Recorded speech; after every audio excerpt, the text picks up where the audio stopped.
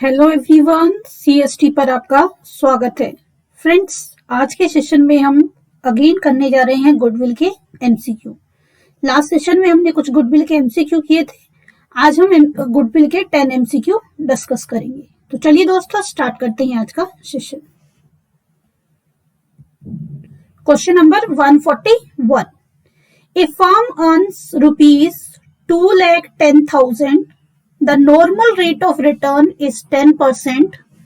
The asset of the company amounting to ₹21 lakh and liabilities to ₹1 lakh.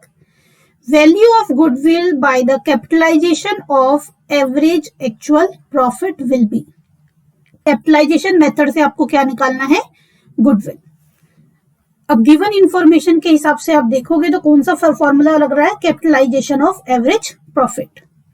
C, goodwill कैसे निकलती है? Goodwill is equal to normal capital और you can say capitalisation of average profit minus actual capital employed. तो ये formula आपको अपने mind में रखना है।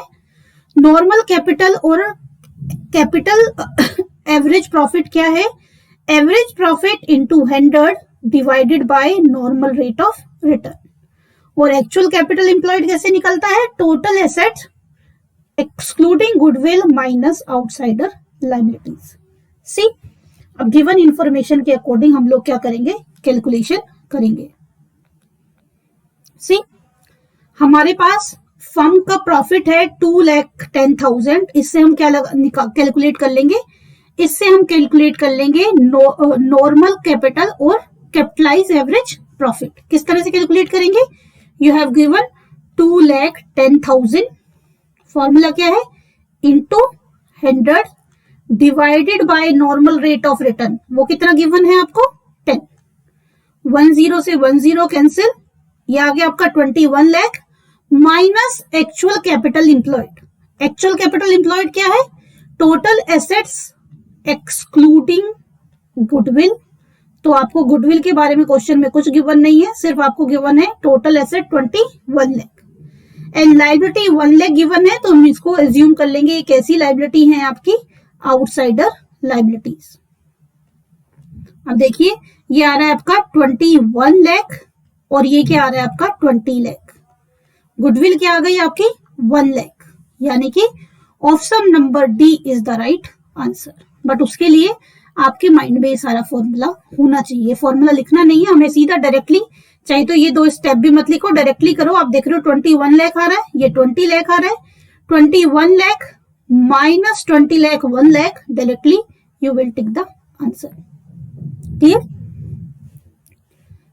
क्लियर है? बेसिक हम लोगों ने लास्ट क्लास में भी डिस्कस किया था। Question number 142। A and B are partner sharing profit and losses as 2:1. C is admitted and profit sharing ratio become 4:3, 4:3:2. Goodwill is valued at 94,500.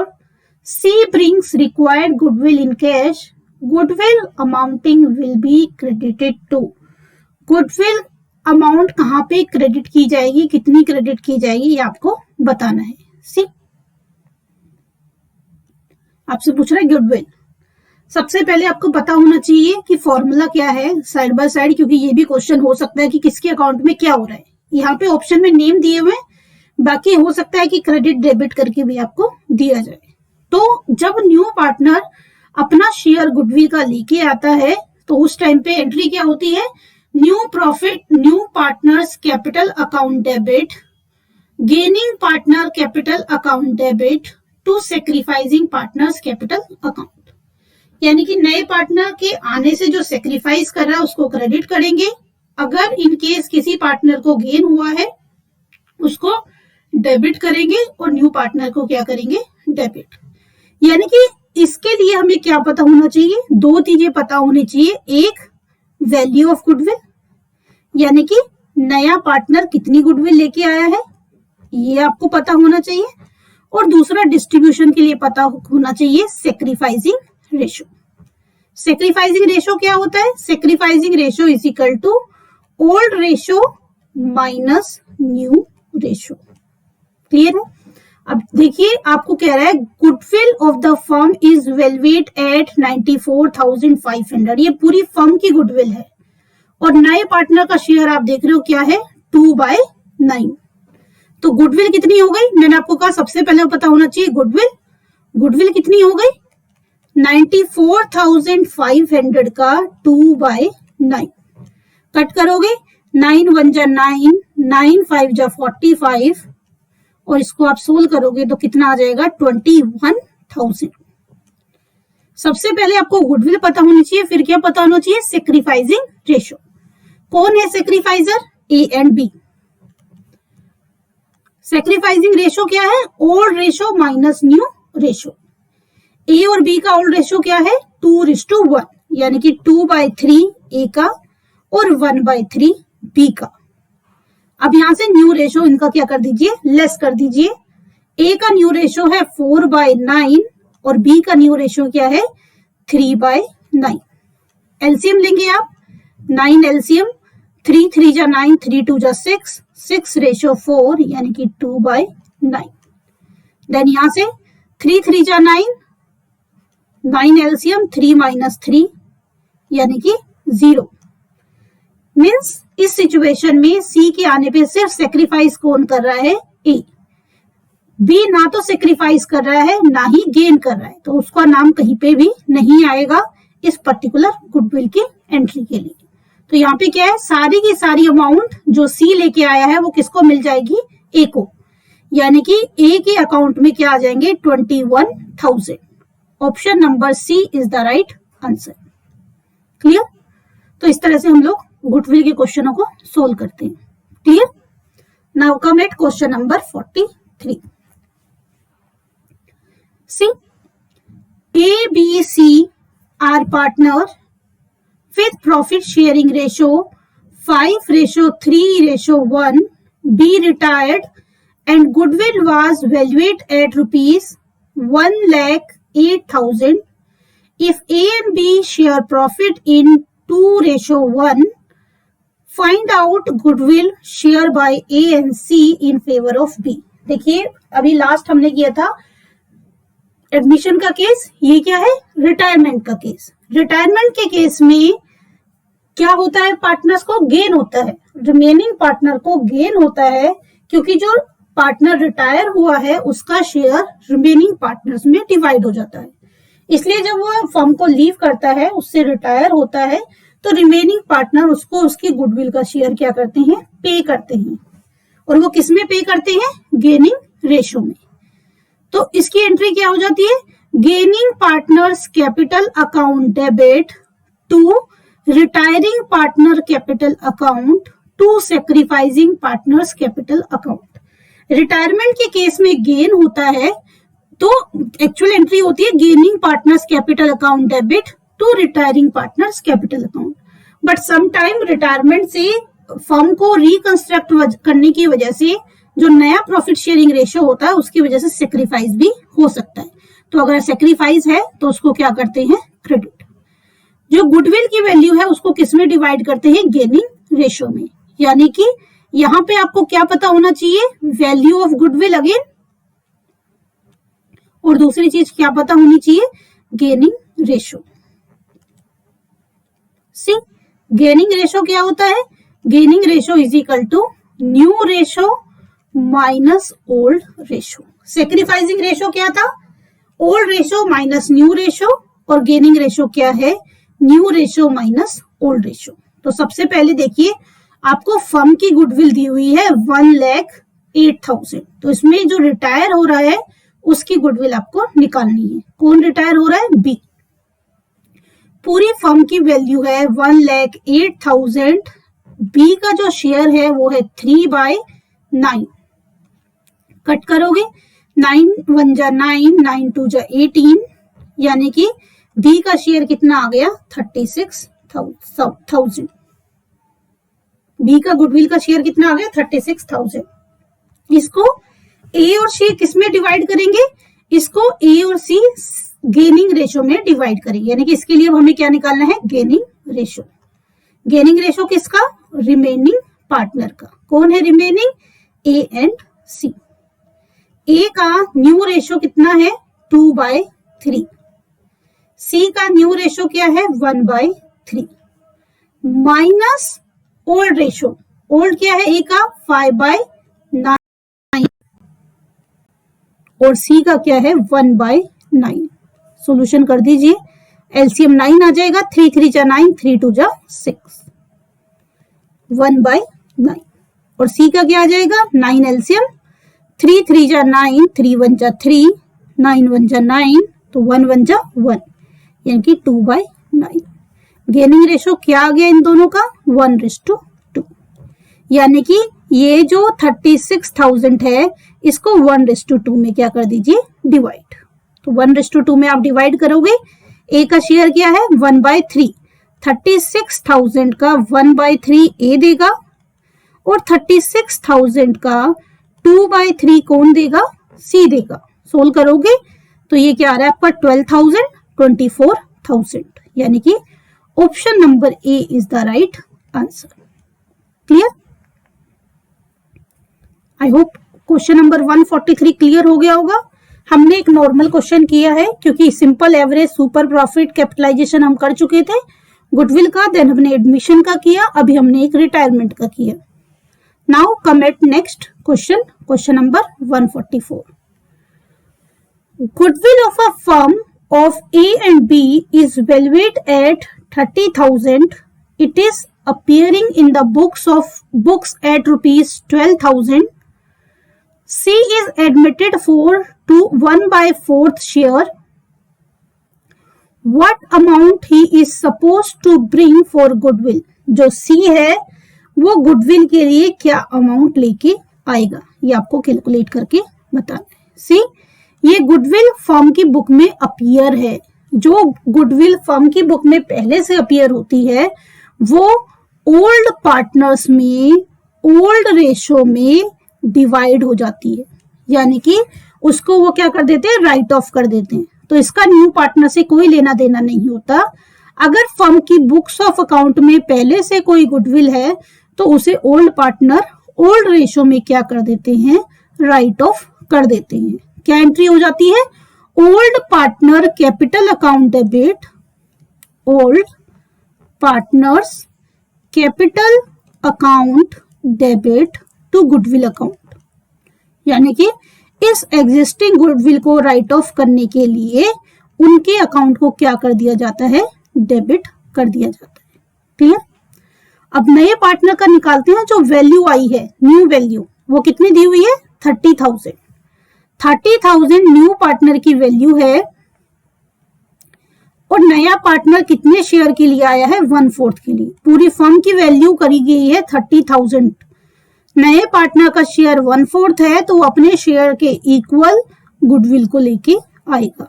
4 7 जा 28, 4 5 जा 20, यानी कि क्या आ गया? 7,500। Option number C is the right answer. Clear? Next question number 125। See, goodwill is defined as, goodwill क्या है? Goodwill क्या है? इंटेंजिबल एसेट है। सी, एसेट्स कई टाइप की होती हैं, tangible assets, intangible asset, current assets, fix assets, fictitious asset, liquid assets. एक एक की हम लोग डिस्कशन कर लेते हैं। सबसे पहले इंटेंजिबल एसेट जो कि गुडविल भी है।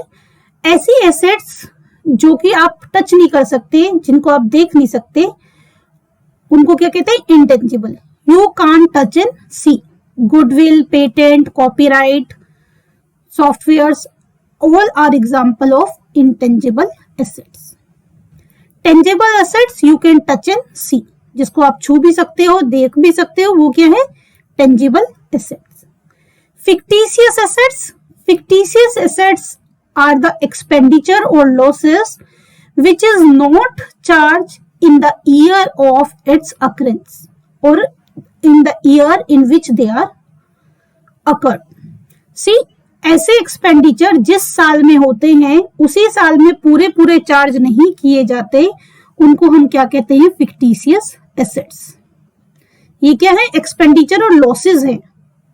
अब ये कौन कौन से होते हैं? अंडर राइटर कमीशन,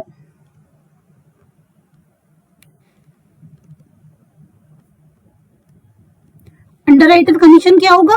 जब कंपनी अपने शेयर सोल्ड कराने के लिए किसी ब्रोकर को हायर करती है और उसको कमीशन देती है, तो वो रोज रोज नहीं देगी, वो एक साथ जब शेयर सोल्ड होते हैं उसी टाइम पे देती है। तो इसको वो धीरे धीरे राइट ऑफ करती है हर साल के प्रॉफिट से, और जो बचा हुआ बैलेंस है वो कहाँ रखती है? बैलेंस शीट में as a fictitious assets. Preliminary expenses, preliminary expenses, discount on issue of share और डिबेंचर, शेयर्स और डिबेंचर्स जो कि लॉस या डिस्काउंट दिया जाता है, जिसकी वजह से लॉस होता है, वो भी धीरे धीरे राइट ऑफ किया जाता है। प्रमोशनल एक्सपेंडिचर, आपने नया बिजनेस स्टार्ट किया है, उसके लिए जो खर्चा किया जाता है स्टार्टिंग में, हैवी एक्सपेंडिचर किया जाता है, उसको भी धीरे धीरे राइट ऑफ किया जाता है। यानी कि सपोज किसी भी एक एक्सपेंडिचर पे या मल्टीपल पे आपने सपोज 10 लाख रुपए खर्च किए हैं, तो आप 10 के 10 लाख रुपीज सेम ईयर में चार्ज नहीं करते, इनको इंस्टॉलमेंट में करते हैं। सपोज मैनेजमेंट ने डिसीजन लिया कि ये 10 लाख रुपीज 10 ईयर में राइट ऑफ किए जाएंगे, तो हर साल कितना कितना राइट ऑफ किया जाएगा? 1 लाख। तो 1 लाख तो ईच ईयर चार्ज किया जाएगा प्रॉफिट एंड लॉस से, और बचा हुआ बैलेंस कहाँ लिखा जाएगा? एसेट साइड, बैलेंस शीट की एसेट साइड। कैसे लिखा जाएगा वो? आप लिखोगे सपोज फर्स्ट ईयर है चार्ज करने का 10 लाख माइनस 1 लाख कर दिया, कितना बचा एसेट साइड में? 9 lakh. Then next year 9 lakh में से 1 चार्ज हो जाएगा 8 lakh. Then third year 9 lakh में से 1 लाख 8 लाख में से 1 लाख चार्ज हो जाएगा 7 लाख एंड सो ऑन। जब तक ये खत्म नहीं होगा, इसको बैलेंस शीट में as a fictitious asset show करते जाएंगे। करंट एसेट सबको पता होगा, जिनका यूज हम विद इन 1 ईयर करते हैं या वो विद इन 1 ईयर कैश में कन्वर्ट हो जाती हैं। स्टॉक, प्रीपेड एक्सपेंसेस, ठीक है ना, वो सारी चीजें क्या है आपकी current assets. Cash, debtors, all comes under current assets. Liquid assets quickly converted into cash, ऐसी सारी एसेट्स जो quickly current assets quickly cash में कन्वर्ट हो जाती हैं, उनको हम क्या कहते हैं? Liquid asset.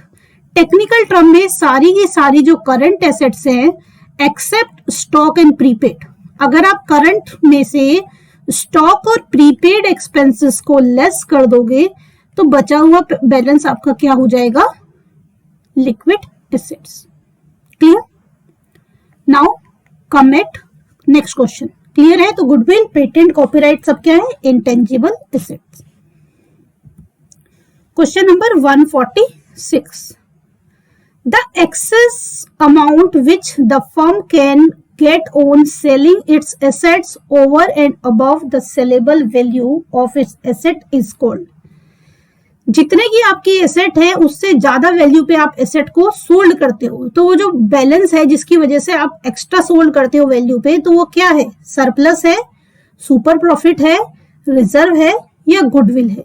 सी, एसेट ज्यादा वैल्यू पे सोल्ड होती है बिकॉज ऑफ गुडविल। अगर एसेट की ज्यादा वैल्यू है उनकी एक्चुअल वैल्यू से, तो जो डिफरेंस है वो क्या है? Goodwill.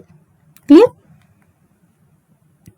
Next question, question number 147।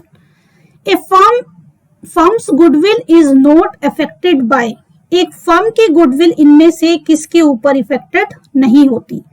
Location of the firm, reputation of the firm, better customer service, none of the above. देखिए, लोकेशन के बेस पे आपकी जो गुडविल है फर्म की वो इंपैक्ट करेगी। देन उसके बाद रेपुटेशन की बात आती है, तो रेपुटेशन के बेस पे भी गुडविल जो है इंपैक्ट करती है। बेटर कस्टमर सर्विस दोगे तो मार्केट में अच्छी गुडविल बनेगी। तो आंसर क्या हो जाएगा? Option number D. क्लियर है? कुछ थोड़े से और फैक्टर डिस्कस कर लेते हैं जिनके ऊपर फर्म की गुडविल डिपेंड करती है।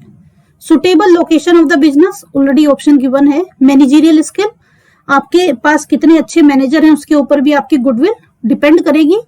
नेचर ऑफ द बिजनेस, किस टाइप का बिजनेस कर रहे हैं, कौन से प्रोडक्ट में डील कर रहे हैं उसके ऊपर डिपेंड करेगा। कौन सा है, आपकी पार्टनरशिप है, कंपनी है, क्या है, किस तरह का है, उसके ऊपर भी डिपेंड करती है goodwill. Risk in business, risk कितना है, रिस्क टेकिंग आपकी कितनी कैपेसिटी है, कितनी एफिशिएंसी है, उसके ऊपर भी डिपेंड करेगा। फेवरेबल कॉन्ट्रैक्ट के ऊपर भी डिपेंड करती है। ट्रेंड इन प्रॉफिट, आपका कैसा ट्रेंड है, स्टेबल प्रॉफिट रहते हैं, इंक्रीजिंग प्रॉफिट है या डिक्रीजिंग प्रॉफिट है, तो उसके ऊपर भी आपकी फर्म की गुडविल डिपेंड करती है। पोजीशन ऑफ पेटेंट और ट्रेडमार्क, कितनी चीजों का आपके पास पेटेंट है, ट्रेडमार्क है, उसके ऊपर भी आपकी फर्म की गुडविल डिपेंड करती है। Clear? Now question number 148 weighted average method of calculating goodwill is used.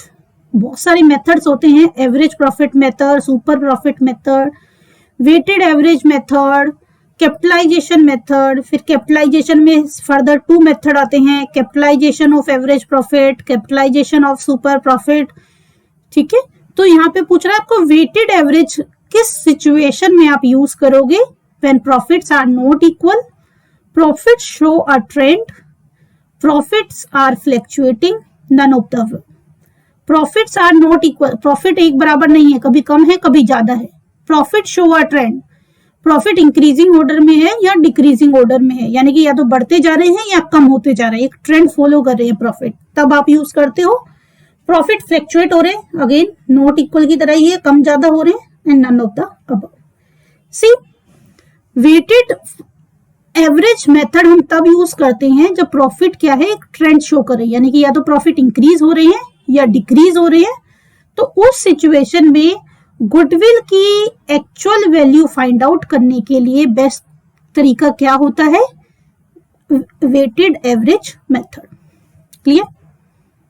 Now formula for calculating weighted average method, तो गुडविल कैसे निकालते हैं इसमें? Weighted average profit into number of year purchase. Weighted average क्या होता है? Sum of profit multiply by weights. जो भी प्रॉफिट है डिफरेंट डिफरेंट ईयर का, और उनके वेट से उसको मल्टीप्लाई कीजिए, उनको सम कीजिए, उसको न्यूमरेटर में रखिए, और जो वेट्स है उनका सम डिनोमिनेटर में रखिए, डिवाइड करके क्या आ जाता है? Weighted average profit. और वेटेड एवरेज प्रॉफिट को नंबर ऑफ ईयर परचेज से मल्टीप्लाई करोगे तो आपको क्या मिल जाता है? Value of goodwill.